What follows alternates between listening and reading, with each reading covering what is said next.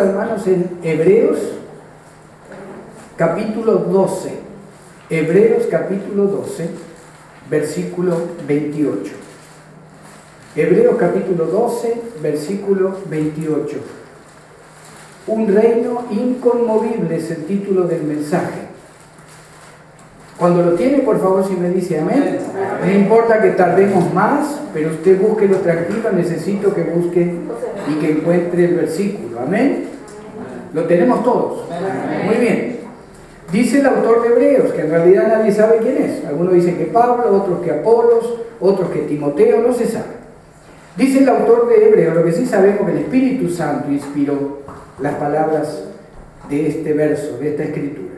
Dice el verso 28, 12, 28. Así que, recibiendo nosotros un reino inconmovible, tengamos gratitud y mediante ella sirvamos a Dios, agradándole con temor y reverencia. Señor, te damos gracias por tu palabra. Permite, Señor, que lo que hemos preparado, Señor, llegue al corazón de tu pueblo. Señor, que podamos realmente entender el valor de lo que tenemos como cristianos. Señor, sin dar tanta importancia a lo que me rodea, lo que me lastima, lo que me duele. Señor, que tu palabra pueda hacernos salir diferente de este lugar de como hemos entrado el día de hoy. Te damos gracias, Señor, en el nombre de Cristo. Amén. Amén. Y usted dirá, un solo versículo para todo, ¿verdad? Para toda la predicación. Y usted se va a dar cuenta que hasta nos vamos a quedar cortos de tiempo con un solo versículo.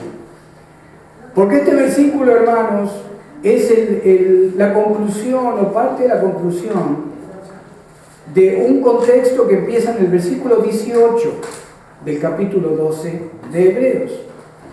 Es interesante que el escritor de Hebreos está enviando esta carta a judíos cristianos que estaban siendo perseguidos. Estamos hablando alrededor del año 60, 65 después de Cristo, 70 después de Cristo.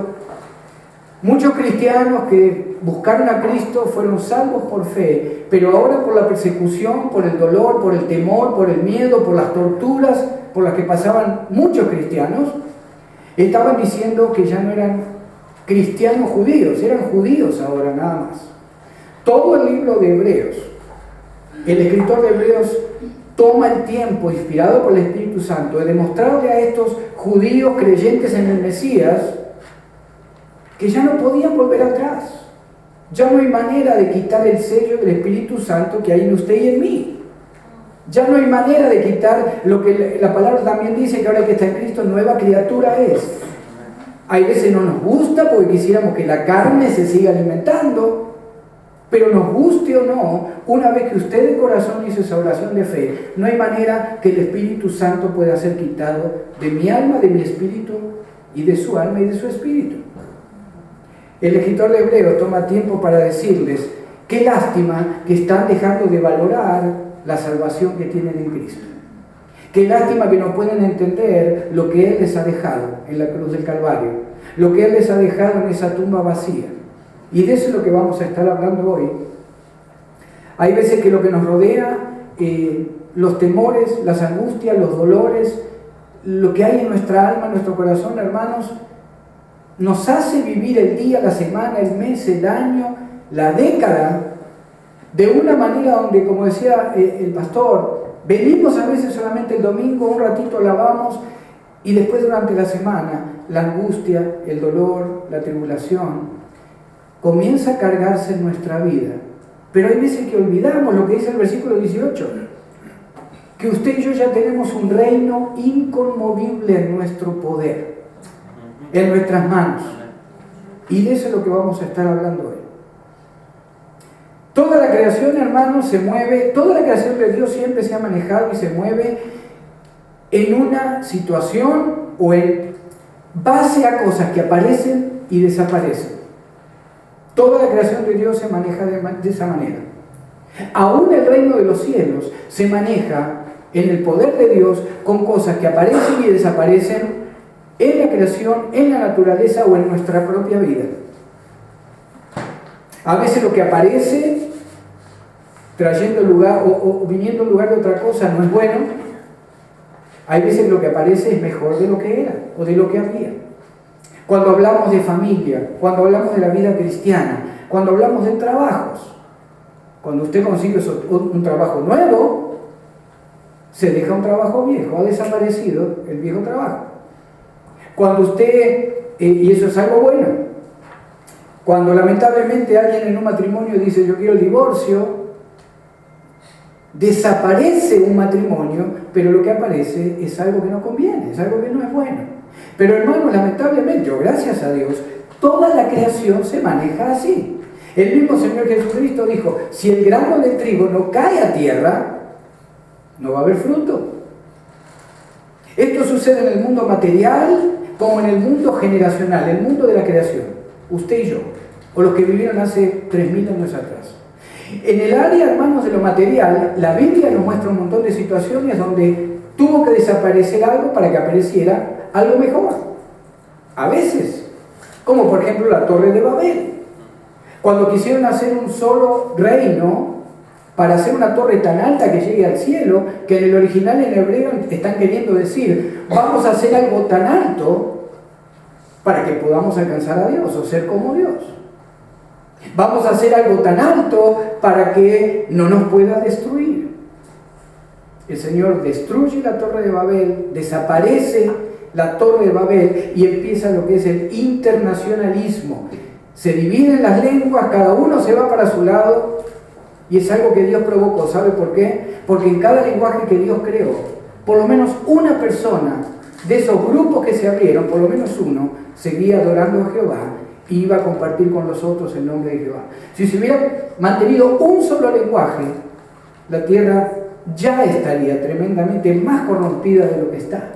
Desaparece algo malo y Dios permite algo bueno. ¿Qué pasa en el área del diluvio? Algo malo también desaparece. Dice que la maldad de los hombres era tremenda en la tierra. Y el Señor dice, les voy a dar 120 años.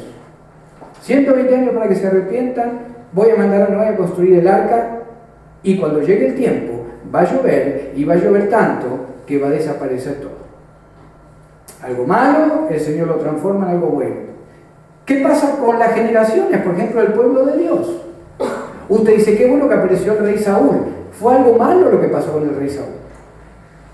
Porque Dios le había dicho a Israel, ustedes son mi tesoro, yo soy su Dios, yo soy el que los guía, yo soy el que los levanta, yo soy el que los ama, de tal manera como nadie los va a amar. ¿Qué pide Israel? Un rey, como todos tenían.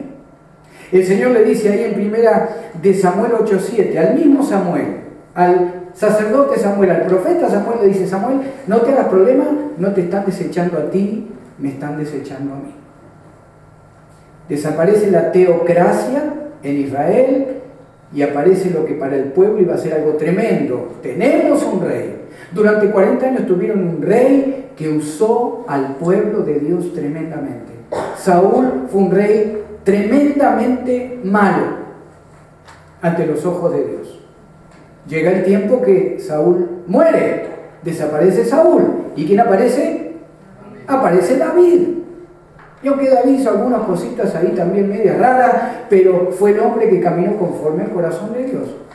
Aparece Salomón.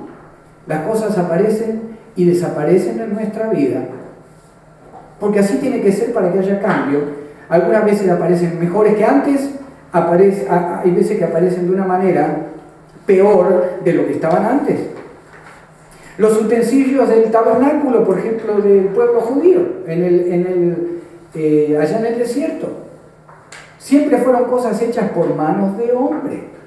Por eso el versículo 27, si usted tiene ahí su Biblia todavía abierta, en el 12:27 de Hebreos, fíjese lo que aparece en ese versículo. Y esta frase, aún una vez, está hablando Dios, indica la remoción de las cosas movibles, como cosas hechas para que queden las inconmovibles.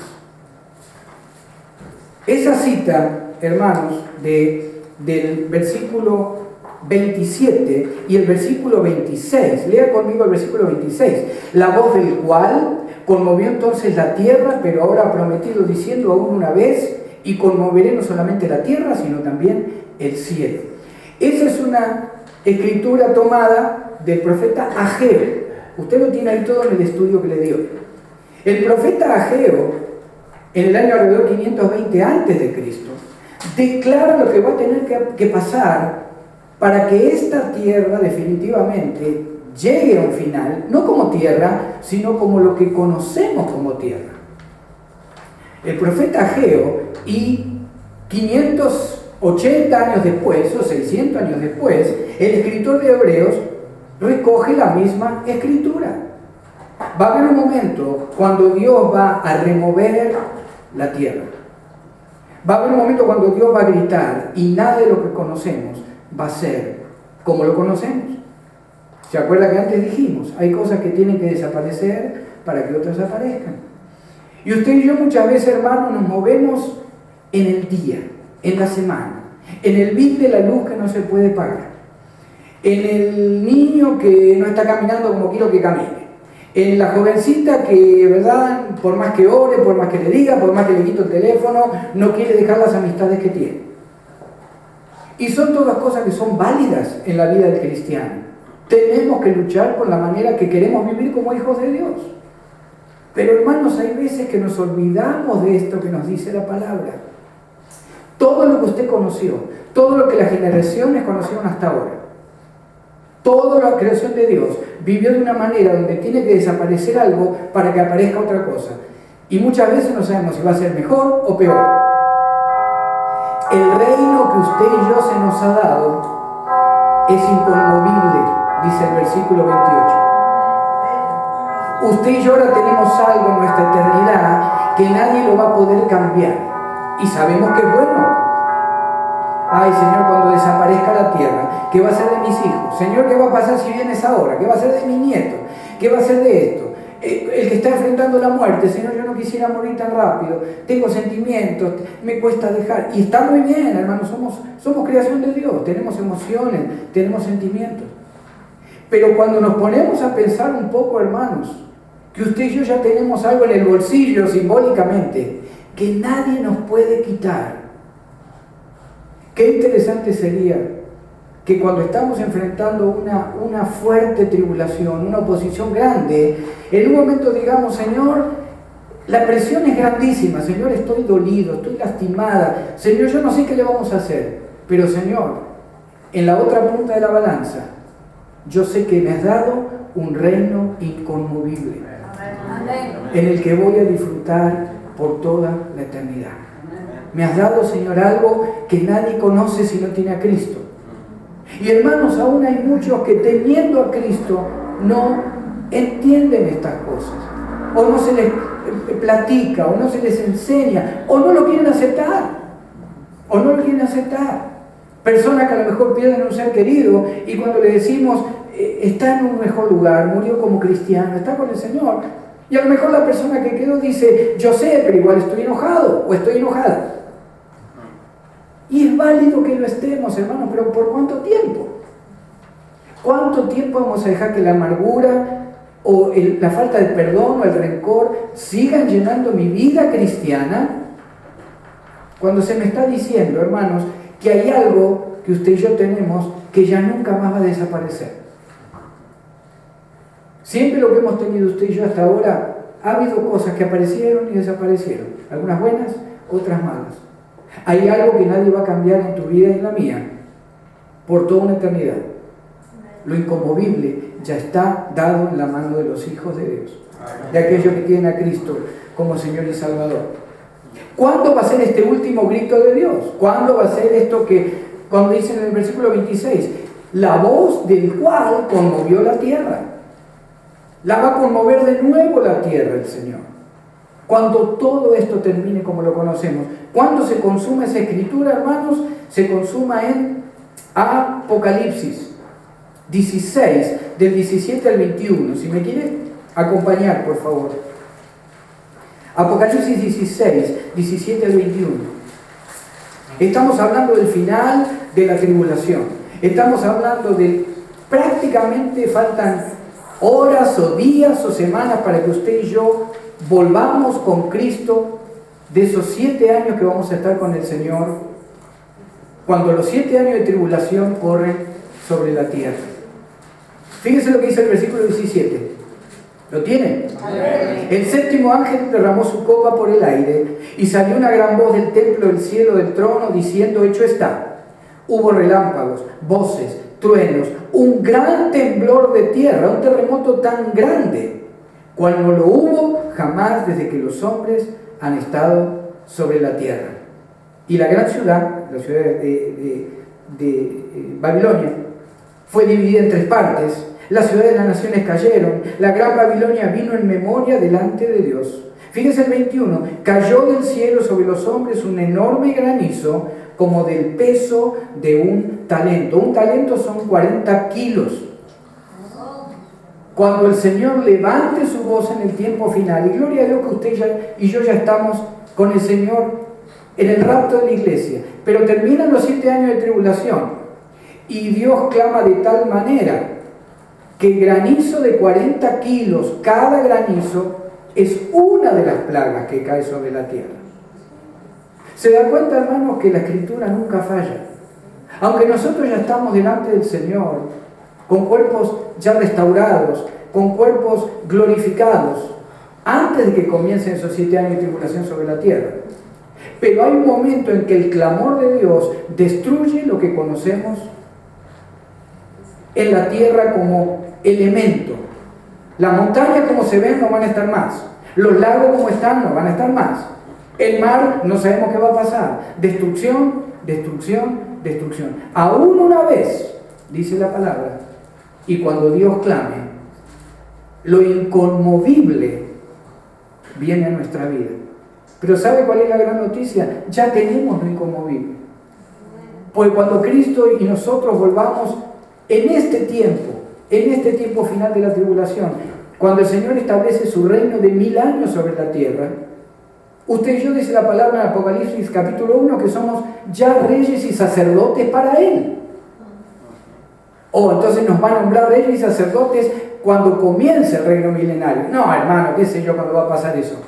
No, hermanos, hoy ya tenemos delante de Dios simbólicamente el título reyes y sacerdotes de Cristo. Amén. Es un reino inconmovible, es algo que usted y yo ya tenemos. No lo vemos, pero la palabra nos explica dónde está, cómo va a estar y cuándo vamos a poder vivir ese reino inconmovible delante del Señor directamente. Pero ya lo tenemos.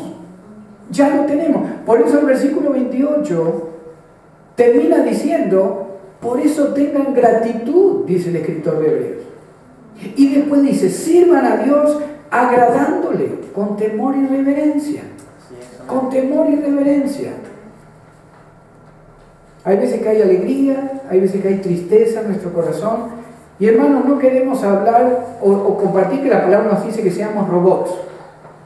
Pero hay un tiempo, hermanos, aún en el crecimiento en mi vida cristiana, si yo estoy alejado de Cristo, si yo no quiero dejar pecado, si hay áreas que yo digo: Señor, yo no quiero dejar esto, aún eso es no tener agradecimiento por lo que yo ya tengo, igual como hijo de Dios.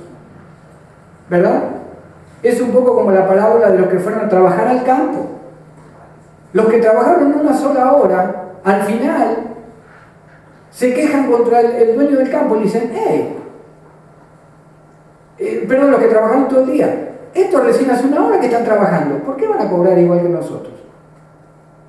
El Señor le dice: a ustedes no les importa cómo yo determino mi bendición o cómo pago el salario. Y muchas veces, hermanos, nos enojamos contra Dios, pensamos que Dios no está en control. Señor, todavía estarás mirando mi vida, mi familia, mi corazón. Y cuando hacemos esas preguntas, hermanos, nos estamos olvidando de lo que ya tenemos. De lo que ya tenemos. El que está al lado del pozo, paralítico, y el Señor le dice: ¿querés ser salvo? Pone una excusa en lugar de decir: sí, quiero ser sano, quiero ser sano. ¿Querés ser sano? Nadie me lleva hasta el agua. El Señor le preguntó simplemente: ¿querés o no querés? Y la pregunta para nosotros, hermanos, en esta tarde es esta: ¿Agradecemos o no agradecemos por lo que usted y yo ya tenemos? Ese reino que nadie puede quitar ya de mi mano ni de la tuya. Venga lo que venga esta noche, venga lo que venga mañana. Y usted sabe que de acá nos decimos, declarar positivo y todo te va a ir bien, porque eso no es bíblico. De acá no decimos proclamar el carro nuevo porque te va a llegar, porque no es bíblico. Pero sí tenemos que decir lo que la Biblia dice. Muchas veces seremos aborrecidos por causa del nombre de Cristo. Pero va a haber un gozo, una paz. Aún recordando este versículo, Señor, hay algo que me diste, que el que no te tiene a ti no lo tiene. No importa que esté en el Hotel Hilton en Los Ángeles o en el medio del desierto en Arizona sin tener para comer. Yo sé que mi Cristo me ha dado un reino inconmovible. Y eso tiene que ser nuestra meta, hermanos. Ese tiene que ser el pensamiento. El apóstol Pablo dice, buscar las cosas de arriba. ¿Por qué dice eso? Hoy que mirando a los pajaritos nos da paz. No está hablando de eso. Está hablando, imagínense y crean que ya tienen algo en su alma, en su espíritu, en su eternidad, que el que no tiene a Cristo no lo va a tener nunca si muere sin Cristo en su corazón. Amén. Todo el contexto, hermanos, de Hebreos 12, del 18 al 29, nos habla de la necesidad de valorar el reino eterno que se nos ha regalado en Cristo. Usted y yo no pagamos nada, Él pagó todo. Él pagó el peor precio que puede pagar un hombre, Dios, que nunca pecó. Por eso el Padre aceptó ese precio. Es Dios, es mi Hijo encarnado y va a morir como el peor de los pecadores para que cuando resucite, Él sea las primicias de aquellos que creen en Él como Señor y Salvador. Como Él vivió sin pecado, pero murió como pecador, el Padre aceptó ese pago. Y es lo que usted y yo seguimos detrás de Él. Por eso Él es la primicia. Él es Cristo, la primicia para Dios. Nosotros después las primicias también, los primeros. Los primeros que el Señor va a levantar delante de su presencia en el tiempo del rapto de la iglesia. Desde el hermano de la caída de Adán y Eva ha habido siempre dos reinos, el mundo y el reino de Dios. Siempre. Y usted puede leer, por ejemplo, en Daniel 2:44, donde declara el profeta Daniel, vamos a leer Daniel 2:44, todos los profetas, hermanos, declararon que había un reino por establecerse. Declararon que hay un reino espiritual eterno que Dios tiene y tenía preparado desde antes de la creación. Fíjense lo que dice 2:44.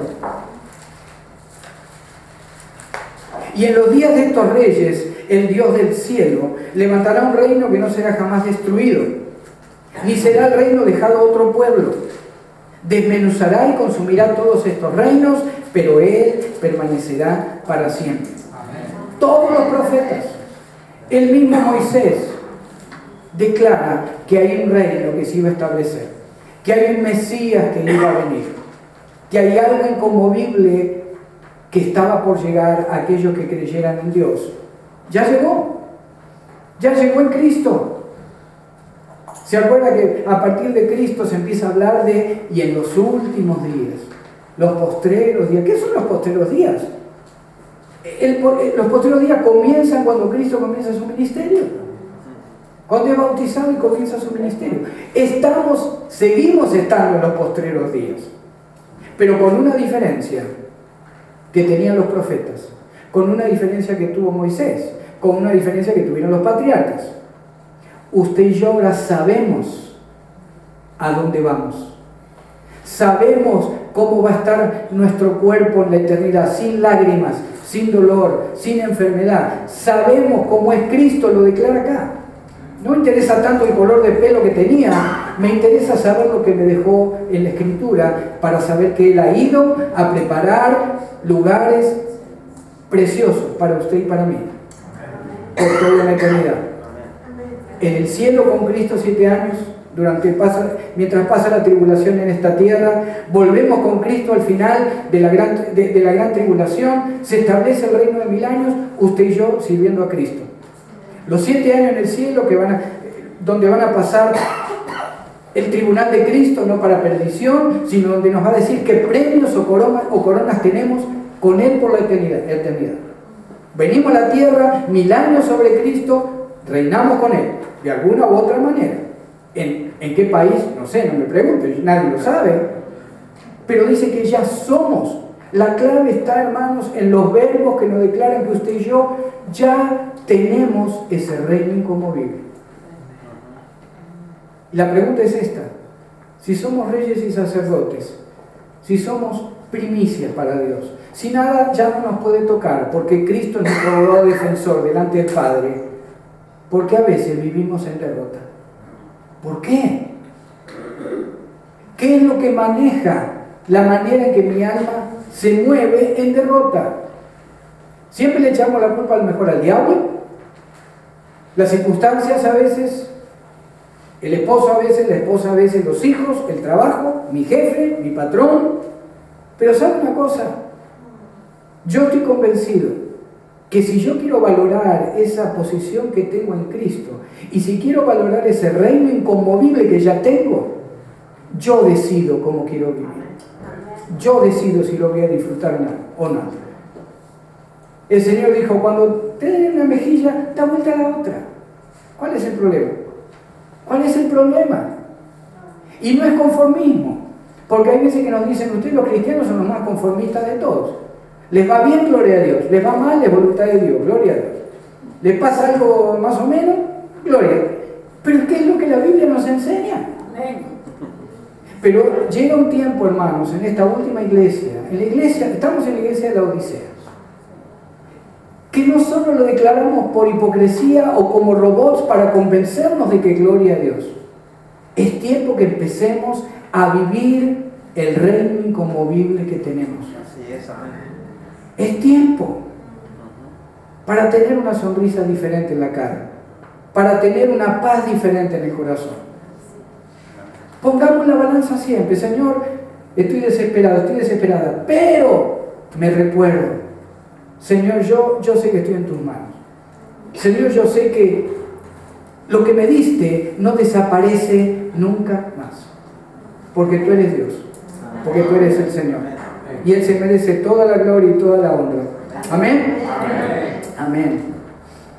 El pueblo judío no reconoció la llegada del Salvador, no ha reconocido que Él redimió toda la creación. Usted tiene una escritura, Juan 8, 42 al 47. Israel esperaba un Mesías que levantara un reino terrenal de poder, de liberación, pero toda la escritura, hermanos, del Nuevo Testamento nos habla de que desde que Cristo vino ya hay un reino establecido. Usted le habla el día de hoy a un judío que no tiene a Cristo, porque muchos ya están buscando a Cristo y lo reciben como Señor. Él le va a decir: estoy esperando, porque cuando venga el Mesías va a pasar esto, vamos a ser liberados, van a destruir los reyes, se va a establecer un reino especial para los judíos. Ya se estableció, ya pasó. Y aunque hay cuestiones proféticas que tienen que pasar todavía para que se complete todo, pero qué triste que no entienden, como no entendieron los fariseos de hace 2000 años atrás, que tenían el reino de Dios enfrente de ellos, que estaban disfrutando de algo que lo podían tocar, lo podían abrazar, lo podían besar. Acuérdense que, ¿verdad? Es muy común en Medio Oriente, como lo es en Argentina también, saludarse en las mejillas, un beso de amistad en las mejillas, aún los varones. Pero en lugar de hacer eso, se volvieron atrás, lo condenaron, dijeron que no era el Hijo de Dios, no le creyeron y siguen todavía esperando un reino que, al ser material, se va a destruir o se destruiría con el tiempo. Nuestro reino, hermanos, nadie lo puede mover. Inconmovible habla de algo que nadie lo puede mover de su posición en Cristo. Usted y yo estamos delante del Padre con vestiduras blancas. Usted y yo estamos delante del Padre simbólicamente y en lo espiritual, alabando junto con los ancianos, con los miles y miles de millones ya de creyentes que han partido con el Señor. Usted y yo estamos ahí espiritualmente para el Padre, en Cristo Jesús. pero hay veces que una piedrita en la tierra, una llanta ponchada, ¿verdad? A lo mejor en el freeway, un trabajo que se pierde, una peleita en el matrimonio, y nos tira, nos amarga, nos lastima, y empezamos a dudar. Señor, estás aquí, estás en este tiempo. ¿Por qué no comenzar a decir, Señor, en el medio de la prueba, yo declaro por fe, porque lo dice tu palabra, que aunque esté en lo peor de la prueba, hay algo que nadie puede quitarme: el reino inconmovible de Cristo por una eternidad. Amén. Amén. Los cristianos hemos accedido, hermanos, a un privilegio que es el reino espiritual de Cristo. Es tu privilegio y el mío es un privilegio, no es un derecho. Yo quiero mis derechos como cristiano. No es un derecho, es un privilegio que se nos ha dado. Lo que tenemos por toda una eternidad. Este reino es único, inamovible y eterno. Fíjese lo que dice un teólogo llamado Owen. Este reino es el gobierno en y sobre la iglesia, lo cual el escritor de Hebreos ha demostrado que es más excelente que el de la ley de Moisés. Cristo está acá, hermanos, hoy. Cristo estuvo allá con los americanos, hermanos, hoy. Cristo estuvo o está en la iglesia de la esquina hoy. Cristo está ahí.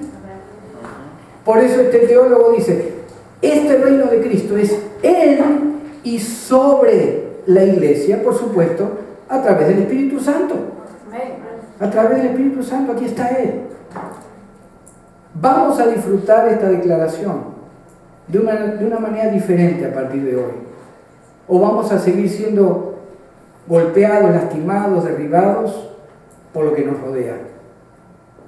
Eso es algo que tu corazón y el mío pueden decidir.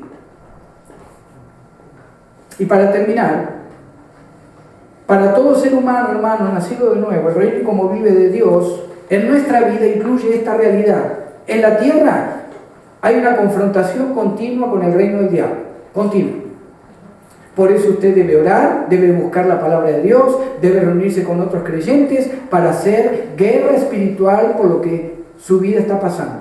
No significa que no tiene el reino, ya lo tiene, pero el enemigo de los creyentes trata de hacer que nuestra vida sea lastimosa, que nuestra vida realmente dé tristeza para los que nos ven cuando caminamos como creyentes. Un deseo continuo de servir con lealtad al Creador. Esa es otra cosa que está pasando que demuestra que tenemos ese reino. Usted y yo vamos a seguir recibiendo la palabra. Usted y yo vamos a seguir alabando a Cristo, glorificando a Cristo. Y nadie se puede explicar eso. El que no lo tiene no lo puede explicar, porque usted aún en la tragedia, en la tribulación, pasado un tiempo, dice, Señor, tú estás en control. Hace 3 días atrás hubo una marcha de 30.000 personas en Washington. Ateos prácticos. Ateos prácticos. Todo lo que quieren es que sean elegidos más diputados, más congresistas, ateos. Porque dicen que muchas de las leyes aún siguen influenciadas por aquellos que siguen la tontería de creer en algo que no existe. Ellos se dan cuenta y por eso nos hacen la guerra. Cuando se dan cuenta que usted y yo disfrutamos de lo que Cristo nos ha dado y que nada nos va a mover de nuestra fe, de nuestra voluntad de servirle. En la tierra somos parte de una providencia universal de Cristo sobre todo lo creado. Hay veces que decimos, bueno, me piden que esté yendo a tal lugar a apoyar esta misión, pero no, los mosquitos, la falta de agua. Usted de repente decide ir. De repente usted le habla de Cristo en ese lugar alejado, donde fuera, a una familia, a un joven que a lo mejor termina siendo el próximo Billy Graham. Esa es la providencia de Dios. Cuando no importa lo que pase en mis emociones, yo lo sirvo y sigo mi ministerio como tengo que seguir porque Él se lo merece. Amén. Cuando no tiro la toalla, el Señor me empieza a usar en su providencia. para tocar a otros. Usted lo va a usar para que toque a otros, para que motive a otros, para que otros lleguen a Cristo a través de su ministerio, de su boca, de lo que usted muestra, del amor que muestra a los demás. Eso es ser parte de la providencia de Dios en la tierra. Tenemos que disfrutar eso que Dios nos ha dado. Nada es casualidad en la vida del cristiano, hermanos. Todo es causalidad. Algo pasa porque Dios lo permite y tiene que pasar. Amén. ¿Qué va a pasar con Cristo? ¿Qué va a pasar? Porque decimos, bueno, hermanos, todo muy lindo, pero ¿qué va a pasar después? En la tierra es eso. La guerra continua con el mundo de maldad. Igual seguimos con un deseo continuo de servirle. Y tenemos que entender que somos parte de la providencia de Dios. No seamos perezosos, hermanos, ni aún para levantar a lo mejor un teléfono a las 2 de la mañana. Si el Señor lo despierta y le dice que llame a alguien, en su interior usted dice, tengo que hablar con tal persona, no tengamos pereza. Hágase un té, hágase un café o un mate y llame a la persona. Amén. Porque usted y yo somos parte de la providencia de Dios para otros. Porque somos ya dueños de un reino inconmovible que Cristo nos ha dado. ¿Qué va a pasar con Cristo? Durante la tribulación en la tierra, nuestro reino está salvo en el cielo. Usted puede leerlo ahí en Apocalipsis 3:10. Nuestro reino está a salvo. Cuando los 7 años va a ser destruida el 80% de la población mundial o más. Váyase conmigo a 1 Corintios. Y ya terminamos. No se asuste. No se asuste. No vamos tan lejos. 1 Corintios 3, del 11 al 15. Esto va a pasar cuando usted y yo estemos delante de Cristo después del rapto de la iglesia. Mientras comienzan los 7 años de tribulación en la tierra, esto sucede con usted y conmigo delante de Cristo en el cielo. 1 Corintios 3, del 11 al 15, ¿lo tiene? Porque nadie, es el apóstol Pablo diciendo, porque nadie puede poner otro fundamento que el que está puesto, el cual es Jesucristo. Y si sobre este fundamento alguno edificare oro, plata, piedras preciosas, madera, heno, hojarasca, la obra de cada uno se hará manifiesta, porque el día habla de la luz de Cristo, el día la declarará, pues por el fuego será revelada. Y la obra de cada uno, cual sea, el fuego la probará. Si permaneciere la obra de alguno que sobreedificó, recibirá ¿qué? Recompensa. Si la obra de alguno se quemare, Señor, ojalá que no quemes muchas de nuestras obras, acuérdate de nosotros, Señor. Si la obra de alguno se quemare, él sufrirá pérdida, si bien él mismo será salvo, aunque así como por fuego. ¿Qué significa esto? Una vez que usted y yo estamos delante del Señor, hermanos, en este juicio, pero no juicio para perdición, sino juicio de obras. En ese tiempo que la iglesia está pasando por lo peor, la tierra está pasando por lo peor desde la creación, usted y yo, delante del Señor, ahí bien derechitos, ¿verdad? Esperando que nos diga, ¿qué hicimos bien? Y gloria a Dios, dice Primera de Pedro que nos va a dar gloria cuando pasamos pruebas de fe, por ejemplo. Pero también va a haber pérdida. Mira cuando actuaste de esta manera, creyéndote que eras espiritual, y lo hiciste por orgullo, lo hiciste por la carne, lo hiciste porque tenías que. Y el Señor nos va a dar lo que vamos a hacer para Él en el reino milenario de Cristo. Es un juicio de obras y recompensa, no es un juicio de perdición. Eso es parte de disfrutar el reino inconmovible. Usted y yo no vamos a ver lo que pasa en la tierra en la tribulación. Participaremos de la boda del Cordero. Váyase conmigo a Apocalipsis 19.